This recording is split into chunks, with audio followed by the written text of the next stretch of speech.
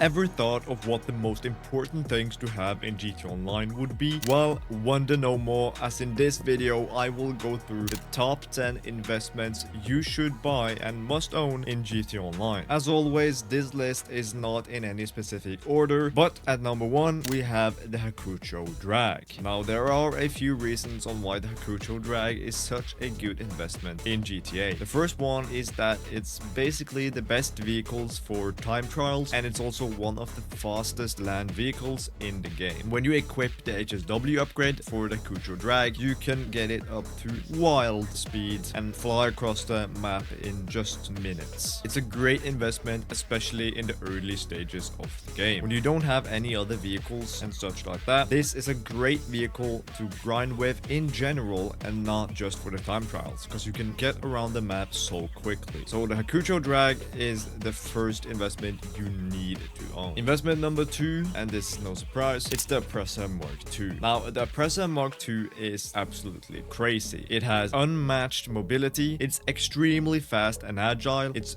great for getting around the map quickly. With the homing missiles makes this a top tier PvP and PvE vehicle. Now the homing missiles are a lot worse than what they used to be on the Oppressor Mark II, but they do still work. However, any experienced player in a jet or some other military vehicle will probably able to kill you if you're on this Oppressor Mark II. You should rather use other vehicles nowadays to PvP, but it could be used. Now the best thing about the Oppressor Mark II is that it's so good for doing missions and generally grinding. You can fly off in mere seconds and be at your locations a lot faster than what you could with a helicopter or a bike or a car, whatever. The only downside to the Oppressor Mark II is that it's pretty expensive. You need to own the Nightclub, you need to own the Terabyte, and then you need to own the Oppressor Mark II, get the upgrades and get all the stuff you need for the Mark II. So it's a pretty hefty investment cost, but once you have it, you will never look back. Investment number 3 is the Kosatka Submarine. From the Kosatka Submarine, you can launch the most profitable solo-friendly heist in the game, which is the Cape Rico heist. You also get fast travel options, where you can fast travel through various locations around the map. It costs a little price of $2,000, but that is nothing for the value it provides. The sub itself comes with torpedoes and guided missiles. These are okay, but you won't really use them that much unless you're doing some setup missions for the Cape Rico heist. Investment number 4 is the Nightclub. Now the Nightclub has insane passive income. It generates money automatically from your linked businesses. You don't have to resupply, you don't have to do anything. You have a 10-car garage, which is standard, I guess, and then you can also store the Terabyte here. The only downside to the Nightclub is low-key that it's an end-game business. You will need to play through a bunch of the game before you can actually buy the Nightclub, because of how it works with the linked businesses and such. If you're wondering how the Nightclub works in depth, I do have a guide that I recently made on it, so you can check that out after this video is done. Investment number 5 is the bunker. Now the bunker is pretty similar to the Nightclub, however it works in a bit of a different way. With the bunker, you have to actually buy supplies and then let that produce and then sell it. In the Nightclub, you only have to sell it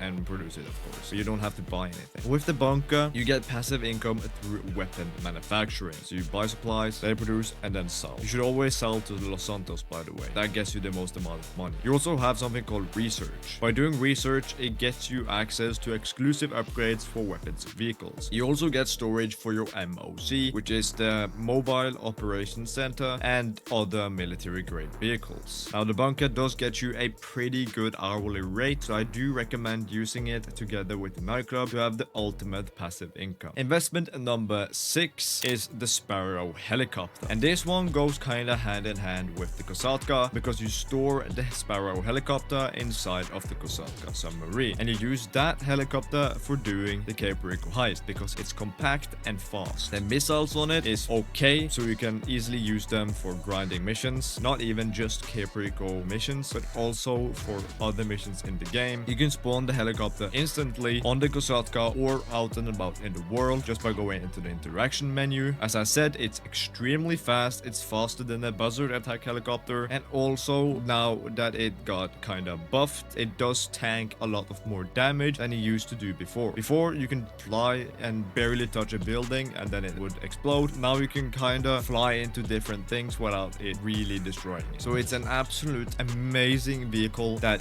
you need to own, and I would recommend buying it when you have the Kosatka Submarine and then pair it up with the Karuma heist. Investment number 7 is the Acid Lab. Now, the Acid Lab is a completely solo business, and it's pretty similarly, and again, it's a passive income business like the Nightclub and the Bunker, only the Acid Lab is even more solo friendly. You can unlock the Acid Lab by simply doing some missions and then buying it, but it becomes practically free as you get money from those missions. So it's a really good beginner or starter business to have. The profits from it are great, and it helps you out a lot if you're just starting off in GT Online. A few years ago, I made a new account, and the first thing I did was do these missions so I could get the Acid Lab. This boosted my journey or my beginning drastically, as it would give me a lot of money per hour with the Acid Lab instead of me having to grind for hours upon hours just to get 500k. The Acid Lab makes that a breeze. And the reason it's so solo friendly is because you only ever get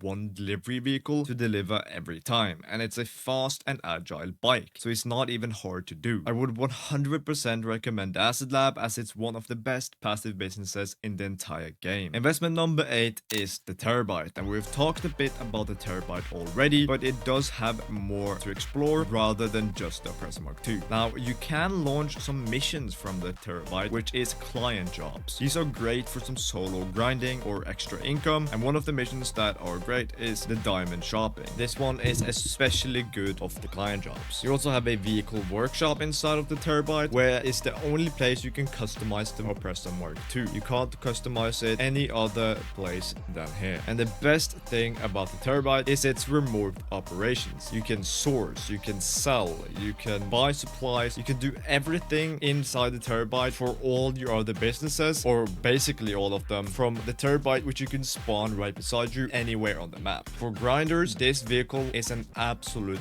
must, as you will save a lot of time going from location or business to business by just spawning the Terabyte right in front of you and then sourcing all you need in there. Investment number 9 is the Armored Karuma. Now, the Armored Karuma is an OG. This is one of the best vehicles back in the days, and in my opinion, it still stands the time until today. It has excellent protection. It's basically bulletproof against most NPC attacks. So if you're getting shot by cops, enemies, whatever, you will basically never die, as the bulletproof protection in this car is crazy, and NPCs, they basically never have explosive weapons. That's really rare. It's decently fast and agile, and the best part and why it's so good for beginners is that it's affordable. It's relatively cheap for what it offers, especially early on. I'm pretty sure you can pick it up for, I think it's 520k, which is nothing in GT Online. And as I said, if you get the Acid Lab early on and you grind that a bit and other missions, you can buy the Armored Karuma really quickly. And it's definitely recommended to have one of these, as you can use it in so many missions over and over again. Now, the last investment on this list, and investment number 10, is the agency. Now, the agency is an active income business, so it's not like the passive income businesses. This is a business where you need to actively work for the money. However, you do get more money. There is a passive income option with the agency, which is the daily earning via the safe, which gives you quite a bit of money per hour. Actually, depends on how many missions you've done, but it's not the main part. The main part, however, is the access to the contract missions featuring Dr. Dre, which pays out in the end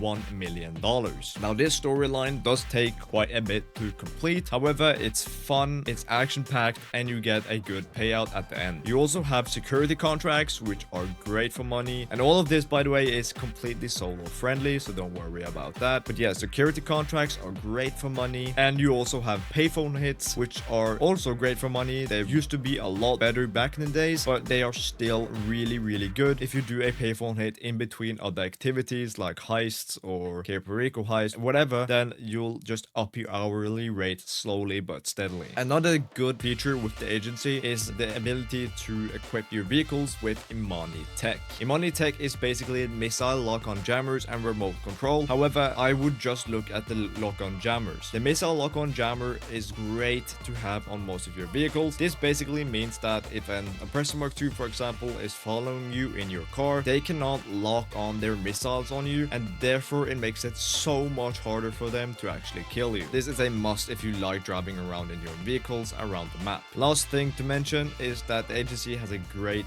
armory. In this armory, you can get discounted weapons, discounted ammo. You get everything in one site and one hub. You can stock up on armor, everything. Now that you know the 10 best things to buy in GTA Online, let's take a look at the worst ones. Here is a video where I explain the 10 worst mistakes I see players make constantly in GTA. Click now to become a greater player. Subscribing and leaving a like would also help me out greatly. God bless and thank you for watching.